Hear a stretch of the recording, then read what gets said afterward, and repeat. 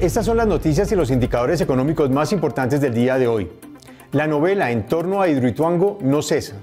Tres hechos enmarcaron el desarrollo del debate sobre el proyecto hidroeléctrico de Ituango en las últimas horas. Por una parte, Semana confirmó que el Banco Interamericano de Desarrollo BID, que apalanca financieramente el proyecto, advirtió que si hay cambio de contratistas en esta megaobra o una cesión del contrato, se retirará del proyecto. Considera que, de darse algunos de estos cambios en las condiciones del proyecto, se afectará gravemente la credibilidad del mismo. Por esa razón, si el banco se retira, la financiación de la megaobra se vería afectada de manera grave y quedaría en limbo su continuidad.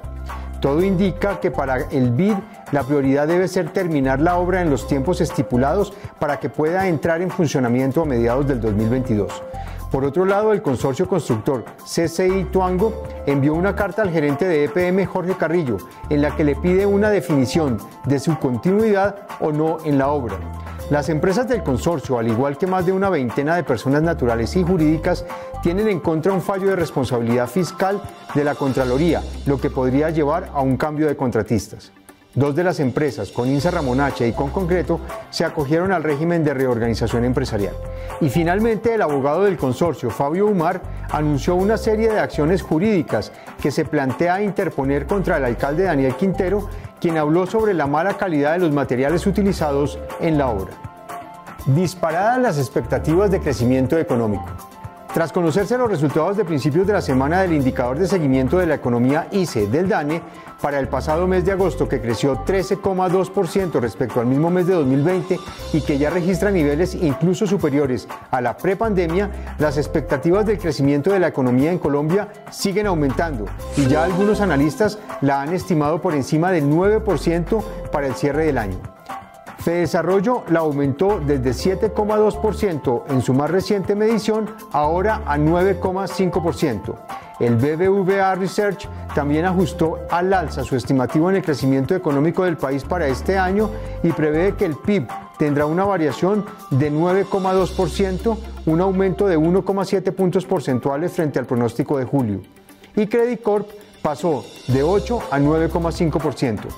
Aunque se está comparando con el peor año en el crecimiento de la economía del país, la dinámica en el consumo de los hogares, así como el consumo de energía, la apertura de distintos sectores y los mayores niveles de movilidad han impulsado las expectativas de crecimiento. Sin embargo, hay dos retos que preocupan: el desempleo y la alta inflación.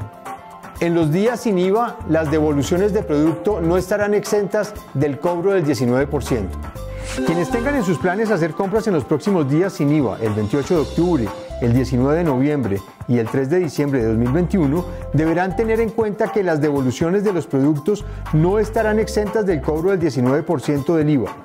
El decreto 1314 del Ministerio de Hacienda señala que cuando se genere la devolución o reintegro del valor del bien, la nueva compra no se encontrará cubierta con la exención en el impuesto sobre las ventas de IVA, a menos que se realice en otro día que aplique este beneficio.